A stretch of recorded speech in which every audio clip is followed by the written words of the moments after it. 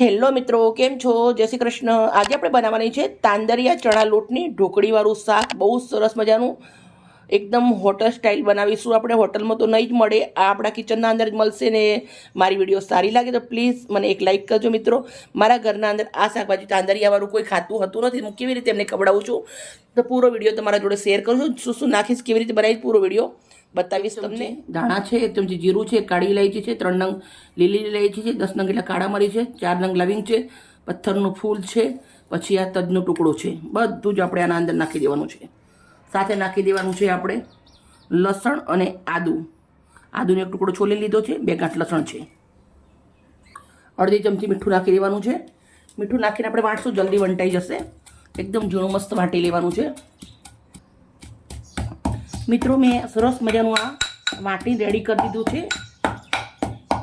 થોડી મહેનતનું પણ મીઠું હોય એટલે આપણે એવી રીતના ખાંડની અંદર વાટ્યું છે. પછી 2 ચમચી કશ્મીરી મરચું લેવાનું છે, એને પણ આપણે થોડું આવી રીતે જોડે વાટી લેશું.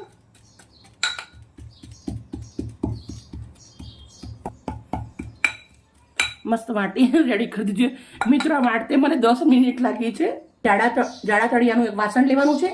પછી એક મેં હાંડી લીધી છે, એના અંદર હું 2 ચમચી તેલ નાખું છું. તેલને ગરમ થવા દેવાનું છે. થોડી તૈયારી જોડી કરતું રહેવાનું છે. થોડું તેલ આના અંદર નાખું છું, એક તારીના અંદર. પછી આપણે ચારે બાજુ આવી રીતે હાથથી લગાવી દેવાનું છે. તેલ ગરમ થઈ ગયું, થોડું જીરું નાખું છું, થોડી હિંગ નાખું છું. મિત્રો બાળકો આમ તાંદરિયાનું શાક ના ખાતા, પણ તાંદરિયાનું શાક જે લોકો ખાય એમનો લોહીનો સુધારો થાય, વધારો થાય, કંઈ પણ જાતના રોગ ના થાય. આપણે 2 નંગ લીલા મરચાં લીધેલા હતા, ઝીણા સમારેલા છે, 1 નંગ ડુંગળી છે, એ નાખી દેવાની છે. ડુંગળી અને મરચાં શેકી દેવાના છે. ડુંગળીને મસ્ત લાલ થઈ જવા દઈશું થોડી. હવે આપણે અંદર નાખવાનું છે 1 ગાંઠ વાટેલું લસણ છે, એ નાખી દઉં છું. સાથે આપણી જે તાંદરિયાની ભાજી છે એ નાખી દેવાની છે. ધોઈ અને મસ્ત આવી રીતના રમકડા જેવા છાણીના અંદર કાઢી લીધી છે મેં. મારી દીકરીના વાસણ બધા નાના બહુ ગમે, એટલે જ્યાં જાય ત્યાંથી કંઈક નવું લેતી આવે એમ. ભાજીને આપણે સરસ મજાની સાંતળી લેવાની છે તેલના અંદર. મિત્રો ભાજી આપણે સરસ મજાની સંતળાઈ ગઈ છે. તો હવે આપણે મસાલા કરવાના છે. 1 ચમચી મીઠું લીધું છે, અડધી ચમચી હળદર, 1 ચમચી મરચું. સરસ મિક્સ કરી દઈશું અને 2 મિનિટ સુધી આવી જે મસાલા નાખ્યા પછી શેકી લેશું. હવે આપણે અંદર 2 ગ્લાસ પાણી રેડી દેવાનું છે.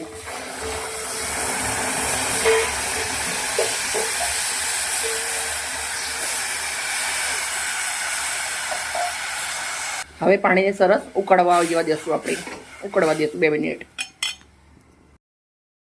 સરસ મજાની ભાજી આપણી ઉકળવા માંડી છે પાણી. હવે આપણે જે ચણાનો લોટ છે એ ચારી અને મેં ડબ્બાના અંદર લઈ લીધેલો છે. તો આપણે થોડો આવી રીતે લોટ નાખતું રહેવાનું છે અને આવી રીતે વેલણથી મદદથી આવી રીતે લોટને મિક્સ કરી દેવાનું છે. મિત્રો મારે થોડું ઝાઝું બનાવવાનું છે એટલે લોટ મોટો વાટકો ભરી લીધો છે. તમારે ઓછું બનાવવાનું હોય તો પાણી બી ઓછું નાખવાનું અને લોટ બી ઓછો નાખવાનું. સરસ મજાનું આવી રીતે મસ્ત મિક્સ કરી દેવાનું છે. પહેલાં ગેસનો તાપ ધીમો કરી દેવાનો છે અને ધીમા તાપે પછી આવી રીતે એને ઘેરવાનું છે લોટને. ચારે બાજુ સરસ મજાનું આવી રીતે લોટને ઘેરી દેશું અને આપણે પછી એને ધીમા તાપે 5 મિનિટ સુધી પીજાવા દેશું.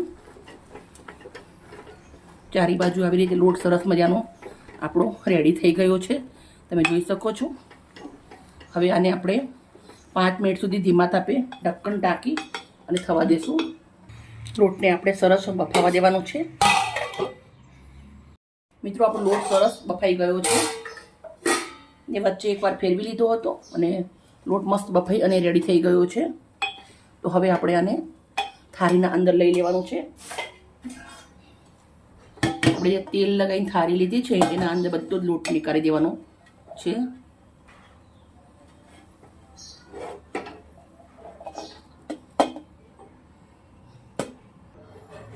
લોટ આપણો બધો જ નીકાળી દીધો છે. આવી રીતના થાળીના અંદર બફાઈ ગયો છે મસ્ત મજાનો. હવે એક વાટકી ઉપર સેજ તેલ લગાવું છું. આપણે લોટને આવી રીતે સરસ દબાવી દઈશું.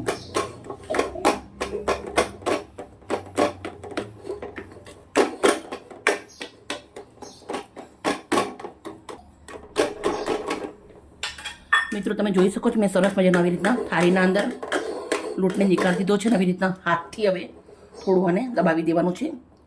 પછી આને ઠંડો થવા મૂકી દઈએ આપણે. પછી આને કટ કરવાના છે. સરસ મજાનું રેડી થઈ ગયું છે ઢોકળી. તે આપણે એક મસ્ત મજાનો વઘારવાનું છે. એક મોટું તપેલું લેવાનું છે. 1 ચમચા એટલું સિંગ તેલ નાખું છું. તેલના અંદર થોડી રાઈ નાખવાની છે, થોડું જીરું. મિત્રો આ શાક જ્યારે બનાવ્યું ત્યારે બધા મેં ગરમ મસાલા વાટી લીધા છે. અને તમારે એટલી બધી મહેનત ના કરવી હોય તમે તૈયાર મસાલો આવે એ બી નાખી શકો છો. ગરમ મસાલો 2 ચમચી હિંગ નાખવાની છે. 2 તમાલપત્ર નાખું છું. 5 લાલ મરચાં નાખું છું. રાઈ જીરું સરસ તાટકી જાય નાખી દેવાની છે ડુંગળી. ડુંગળીને થોડી લાલ થવા દઈશું. સરસ મજાની તેલના અંદર શેકાવા દેવાની છે. મિત્રો મેં વધારે બનાવ્યું છે એટલે મોટા તપેલાનો ઉપયોગ કરે છે. તમે ઓછું બનાવો તો નાનું તપેલું લેજો. ડુંગળી શેકાવા દઈશું. જુઓ મિત્રો ડુંગળી મસ્ત શેકાઈ ગઈ છે. હવે આપણે ટામેટાં નાખી દેવાના છે.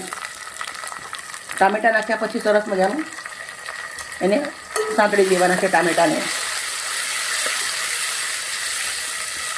5 મિનિટ ટામેટાં શેકાવા દઈશું. હવે આપણે 1 ચમચી હળદર ને 1 ચમચી મીઠું નાખું છું. પછી જે આપણે મેજિક મસાલો વાટીને રાખ્યો છે એ નાખી દેવાનો છે. મિત્રો પક્ષીનો અવાજ આવે છે તમને. મારા ઘરે સરસ મજાના નાના નાના પક્ષીના માળા બનાવેલા છે બારે. તો એ બહુ જ સરસ મજાના પક્ષી બોલે છે. નાની નાની ચકલીઓ વિવાણી છે એટલે એમને મજા આવી જાય છે. આવી રીતના જ્યારે હું વિડીયો બનાવતી હોઉં ત્યારે મને પણ સાંભળવાની મજા આવે ને એમને ઠંડક મળે છે. એટલે આખા ઘરમાં ઉડે જાય છે ચકલા. ચકલાને પાણી મૂકું છું, દાણા નાખું છું, ઝીણી ઝીણી રોટલીના ટુકડા કરી નાખું છું, કણકી નાખું છું. નાના નાના બચ્ચા છે ને બહુ જ ખાય છે. તમને આવું ગમે છે? તમને આવું ગમતું હોય પ્લીઝ મને કમેન્ટ કરજો. મિત્રો તમે જોઈ શકો છો આપણો મસાલો સરસ મજાનો મેં આવી રીતના 5 મિનિટ સુધી શેકી લીધો છે. હવે આપણે અંદર 1 ગ્લાસ ભરી અને પાણી નાખી દેવાનું છે. હવે આપણે પાણી ઉકળે એટલી વારના અંદર આપણે જે ઢોકળી કટ કરવાની છે એ કરી બતાવું. પાણીને આપણે ઉકળવા દઈશું સરસ. મિત્રો તમે જોઈ શકો છો બહુ જ મસ્ત મજાનું ઠંડુ પડી ગયું છે. આપણે કટ લગાવી દઈશું. મિત્રો તમે આ સબ્જી એકવાર બનાવીને ખાશો ને તમે પનીરની સબ્જી પણ ભૂલી જશો. એટલી બહુ જ સરસ લાગશે તમને. તો આપણે એકદમ આવી રીતના કટ કરી દેવાના છે બધા જ.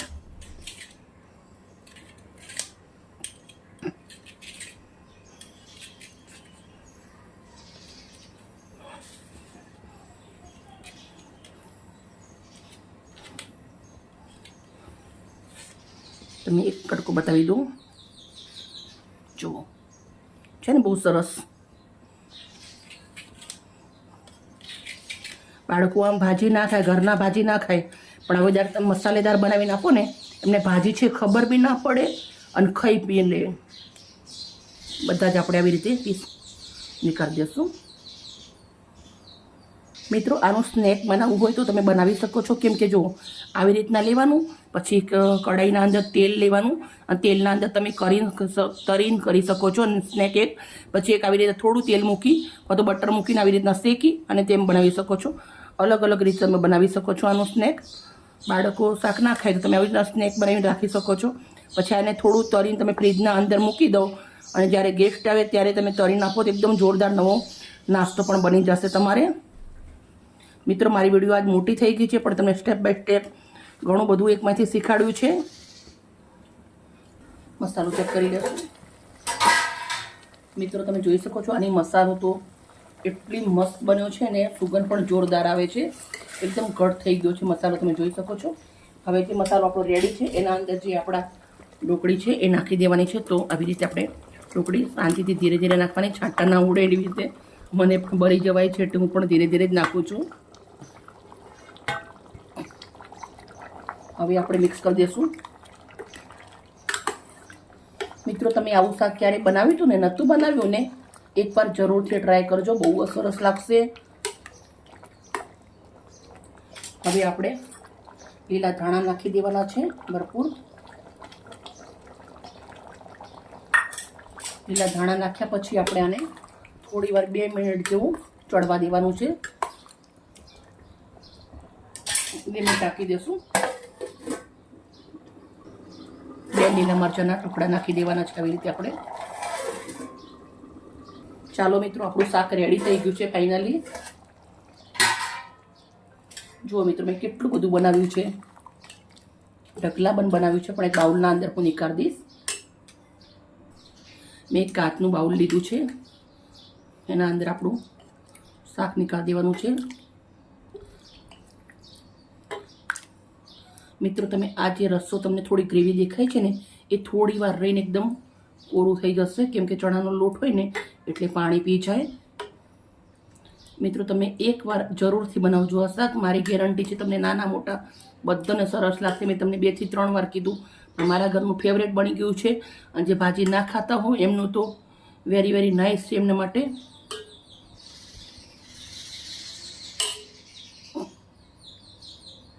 મિત્રો, તમે જોઈ શકો છો આપણું શાક રેડી છે. થોડા એવા લીલા દાણાના પાંદડા નાખી દઉં છું. મિત્રો, તમને અમારી વિડીયો સારી લાગી હોય તો પ્લીઝ એક લાઈક કરજો, દોસ્તોની અંદર શેર કરજો. Okay, bye. કાલે મળીશ નવી રેસીપી સાથે.